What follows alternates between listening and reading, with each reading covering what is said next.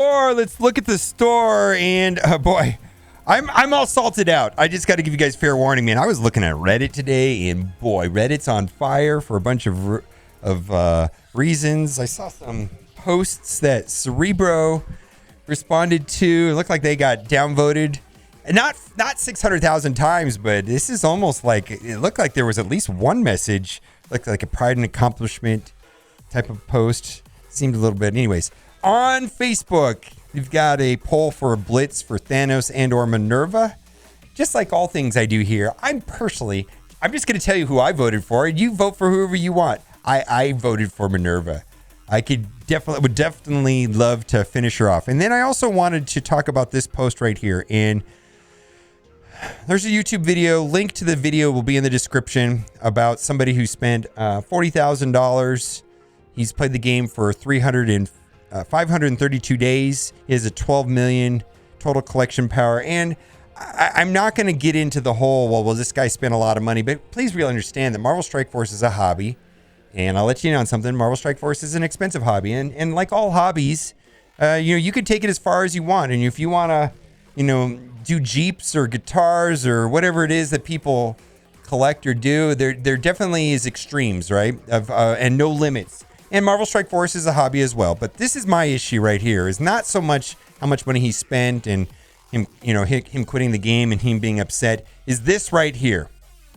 He couldn't make the top 20 of his arena shard because there was a group that colluded to lock those spots. Holy moly. I just want to say that there is some serious problems with the way that arena is set up currently. I am not a fan. There's slingshotting, which they've tried to spin as a feature. Somebody said that they liked it. I got a, Puppy sent me a thing about how to do it. I read it and I was like, okay, I guess that could be fun for some people. I'm not a fan of slingshotting or any of that stuff. I think it's terrible. I think it's trash. And then there's the soft lock, and I'm pretty sure this is what happened to this guy, which is an exploit. There is a video on YouTube explaining it since October. The developers know about it. Literally, stuff that benefits the players gets fixed and nerfed instantly. And something like that is known, sitting there since October. And I understand October is not a patch cycle. It's not, it can't be hot fixed. We actually have to update the client. That's months ago. Remember when Chewburger made a video about shelling and how long that video set up on YouTube before they even addressed or fixed it? How long were we talking? There was videos about bots in the arena system, literally advertising. They were advertising on my channel. I'm showing it to developers. Nothing for months. This guy right here, it was a hyper fan. He spent a bunch of money, and because they can't address those issues, he's out. Fix your game. I guess I did have some salt in me. Ancestral Spirit Orb offer. I just want to say, McMole's got a great video about this, about a White Tiger. Looks like they're going to be pretty good. I'm not going hard on White Tiger's Shadowlands yet. Jury's still out in my book. I'm definitely sold on Astonishing X-Men. I'm going all at them. She is going to be a campaign event. My understanding, according to a data mine, is that the campaign event for her will start later this week, I guess on Thursday or Friday. I think Friday is what I read. I don't have a way of verifying that. I just casually saw it real quickly. I'm personally not in the market to buy these shards. I do value these shards at $3 a piece. So 9 orbs times $3 is $27. Like if this was like $20, I'd jump all over it. So this is reasonable. I think they're going to sell a bunch of these, and I do think she is better than. I don't think it's Yelena. That's my opinion right now. I don't think White Tiger. I don't think Shadowlands is anything like skill military at all right now. I really don't. Let's move on though. And I know there's going to be at least one thing for me to buy in here. Is hand offer Electra. Oh come on. Oh boy. Electra's bitch been around forever and a day. I guess this is for like new Krakens. Please understand that she's pretty easy to get as far as I can remember. Do what you got to do. I'm not recommending anybody buy this. Let's move on. Nope. All right. Elite 4-star orb offer. So this is what I call anchor pricing. This is just like a standard average price I'm sure they sell a ton of these. I don't buy the anchor pricing, but mostly this anchor pricing is just to get us in our brain of like what's fair for an Elite Four so that we can value it and fall into the trap so that when they sell it to us for $18 and we go, wow, it's a discount. You know what I mean? But this is the anchor pricing for an Elite Four. And I typically don't pull the trigger on these unless there's some sort of bonuses with it or some other deals or if it's discounted, right? And so anchor pricing is as follows. An Elite 4, $20. An Elite 5, $35. An Elite 6, my lordy, they've decided that it has a value of $75. Now, I don't buy those at that prices, but I'm just giving you the data. Let's move on. Jabari Chieftain Orb, 99 cents. Okay, so if you want M'Baku, 99 cents for 9 shards. Let's be realistic what this orb really is. It's a chance. You get anywhere from 6 to 180, averages 9. This is not a $2 for 50 character shard deal. This is not amazing. This is not like, oh, thank you, they've ruined the microtransactions. Microtransactions used to be $2 for 50 shards, and then suddenly they just changed it a couple months, and now they're trying to pitch this garbage at us. 99 cents for 9 shards. Just be realistic of what this is. This is 9 shards. Boy, I thought I was all salted out. Maybe the caffeine's hit me. Okay. Dwarf Star offer. No. There's literally going to be offers this week for those orbs for the mess up that happened the other day, where the Watch Remenex twerk on Twitch, the Yags orbs, they were, basically you can get like 75 shards for $10 and you can buy it up to 3 times. And actually, because there's extra fragments in there, there's 500 currency to unlock 25 shards, but it was 1,700 currency. So if you buy all 3 packs, actually you get 250, up to 250. So this is just for people that are not aware of that. Hopefully you don't buy this. There's offers coming this week where basically if you spend $30, you will be getting 250 call or ghost, depending on how you want to do it. Let's move on. Red Star Ultimate Pack. So basically I value Red Stars for the Elite Fours that they give at a minimum, because that's what they boil down to is an Elite Fours. And so I value Red Stars at $1.50 a piece. So to me, this pack right here has a total value of $9. Not going to buy it. Let's move on. Silver promotion credit offer. Okay, so this is not great, but literally we had a 50 silver promotion credit offer for $3 last week, and that was like an auto buy.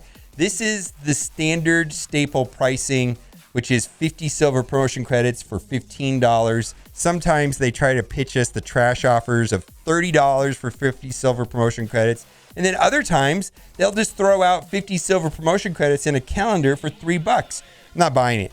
But anyways, also there was a really good Reddit post today saying, can we get at least enough silver promotion credits per month to take one character to 5 stars? Come on, just one character to 5 stars.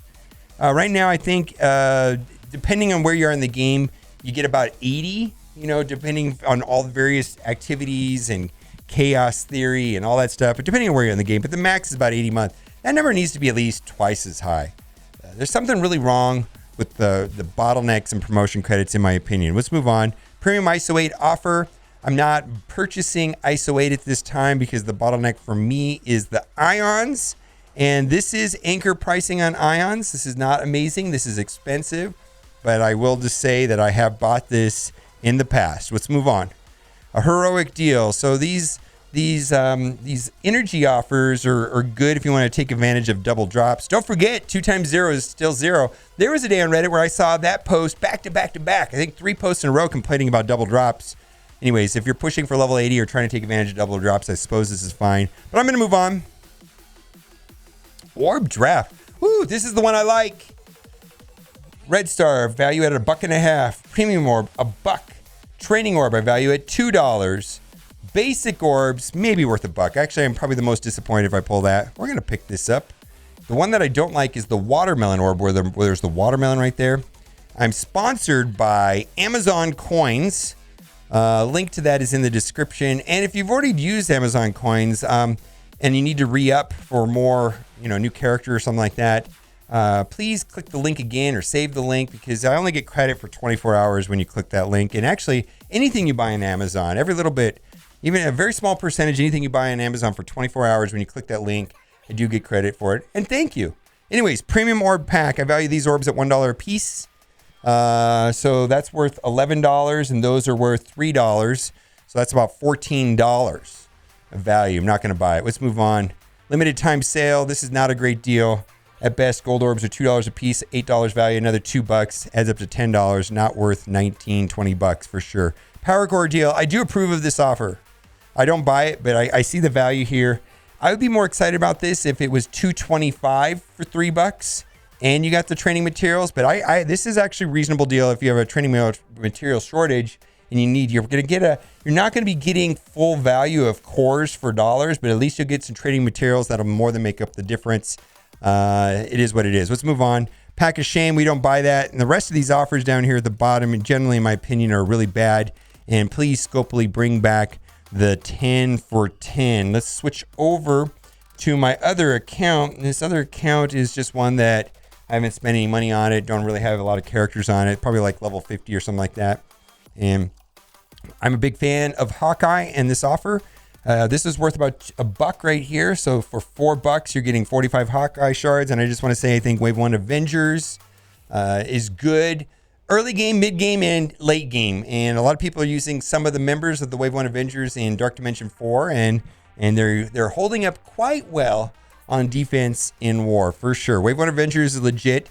It's one of my favorite reworks. They were reworked and they became useful in this game, but they weren't overpowered. They didn't take over the meta. But I feel like the Wave 1 Avengers was in a good place and is in a good place. And it still makes me sad that characters like Spider-Man, Wolverine, and Iron Man are not. At least Captain America, Hawkeye, Black Widow, Thor, and Hulk at least have like respectable positions currently in the game, where Wolverine and Iron Man and Spider-Man and others, but those ones specifically are probably lore-wise are some of my favorites, and they're just no love. Oh, congratulations to everyone that I unlocked Black Bolt tonight. Congratulations. Black Bolt is the best. Let me say this. When I first unlocked Ultron, it was so much fun unlocking Ultron, and he changed the game. And the character that did that for me also is Black Bolt. Congratulations to everybody that got Black Bolt. It's a big deal. He's amazing. He was my favorite character. I don't know. Right now, probably my favorite character is currently Emma. I'm just saying. But Black Bolt was my favorite character for a long time. This particular orb is kind of garbage. Inside of this orb is Thor and Loki. And keep in mind that you could be spending $20 to get 30 Heimdall shards. Yuck. I mean, if you pull all hell out of this, that's pretty cool. Or Sif, or what, but it's just that some of these characters in this orb are more scarce than others. And it is what it is. But do what you got to do to get Black Bolt, because Black Bolt enables you to get Ebony Maw. Woo, there we go. Crystal. Crystal's relatively easy to get, but there's 3 Inhumans that I think people should focus on. Black Bolt, Crystal, and Yo-Yo. And in the order to focus them is definitely Black Bolt, then Yo-Yo, then Crystal. But pretty much Quake and Karnak are the filler characters on the Inhuman team, just like on Asgardians. Like Heimdall and Sif are kind of like the filler characters. The other 3 are good. So Crystal is definitely a good character. I'm using her on defense and war with Black Bolt, Yo-Yo, and Nick Fury and Coulson, of all things. And that's a great team. Probably one of the better hybrid teams out there that's currently running. I like war and the hybrid teams right now. I think it's a lot of fun, actually. Let's move on. Do what you got to do. I think there's easier ways of getting her. I don't know if I would spend $20, but keep in mind that Crystal also helps you unlock Ebony Maw. So there you go. Let's go down. Sif. Okay, Sif is probably one of the main choke points in getting the Asgardians up and running to get Black Bolt, because she's a War Store character, and the War Store is trash. War Store has so much goodness in it. Not only are there 15s in there, there's Minerva, there's Ghost, there's Pyro, there's Mr. Sinister, there's X-23, there's Sif. There's so many good characters. I probably missed some because the list just keeps getting longer and longer. It's definitely the most valuable currency in the game as far as the stores go for the War Store. And some people might scoop this up just so they don't have to waste their War Store currency on Sif. But 5-star Asgardians do help you unlock Black Bolt. Do what you got to do. She's not that great. Let's move on. Night Nurse. Woof. Night Nurse. I keep hearing amazing things about Night Nurse. And I just want to say, I personally took Punisher to gear tier 15 for Dark Dimension 4. Knowing what I know today about Night Nurse, I probably would have done her instead. However, is she a top 10 character? No. Is she a top 20 character? No. Is she a lot better than she was before? Yes. But that doesn't mean a lot. But a lot of people are pretty happy with her. And as we get more information in from community, but I've had a couple people upgrade her and they've said good things about her. But no, she's not a top 20 character or anything like that. Let's move on. She's playable now. All right, Thanos. My goodness. Thanos is, if you have the other 4 members of, you have the 4 Black Order and Thanos helps you get him running. If you have Ebony Maw unlocked and you want to play, Thanos pairs well with Ebony Maw. A standalone character, he definitely is better with the entire team. He's definitely better with Ebony Maw. It's going to be hard to justify this price, in my opinion. Unless it allows you to unlock him. Let's move on. Proxima, hard node farmable. Black Order's Black Order, man. Black Order's great.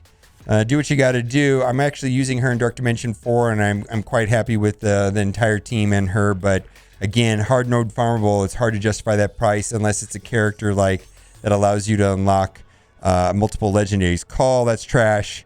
All right, let's move on. Corvus is relatively easy to get. I'm just saying. I mean, unless you're just wailing on Black Order, I don't know. These offers are not great, in my opinion. I think we've gone through all the offers for today. Let me know what you think in the comments section about everything that's going on. Boy, Reddit's on fire. I'm watching what's going on, and I know we're waiting for 2 important pieces of information in the future. One is a road ahead post, which is going to have map out the next 6 months. Cerebro said that usually comes out in February. No promises that's gonna be out in February, but those usually come out in February, and then it maps out what they're gonna do for the next section. I'm highly interested in what they've got planned for the game. And then also Cerebro said that give us 3 weeks to respond to the community concerns. This upcoming Friday, it won't be then, but it'll be the following Friday will be the 3-week mark. I'm waiting for those 2 pieces of information. I'm curious. I want the best for the game at the end of the day, but when things are sideways, I feel compelled to speak my mind. All right, let me know what you think in the comment section. And as always, thanks for watching and keep on gaming.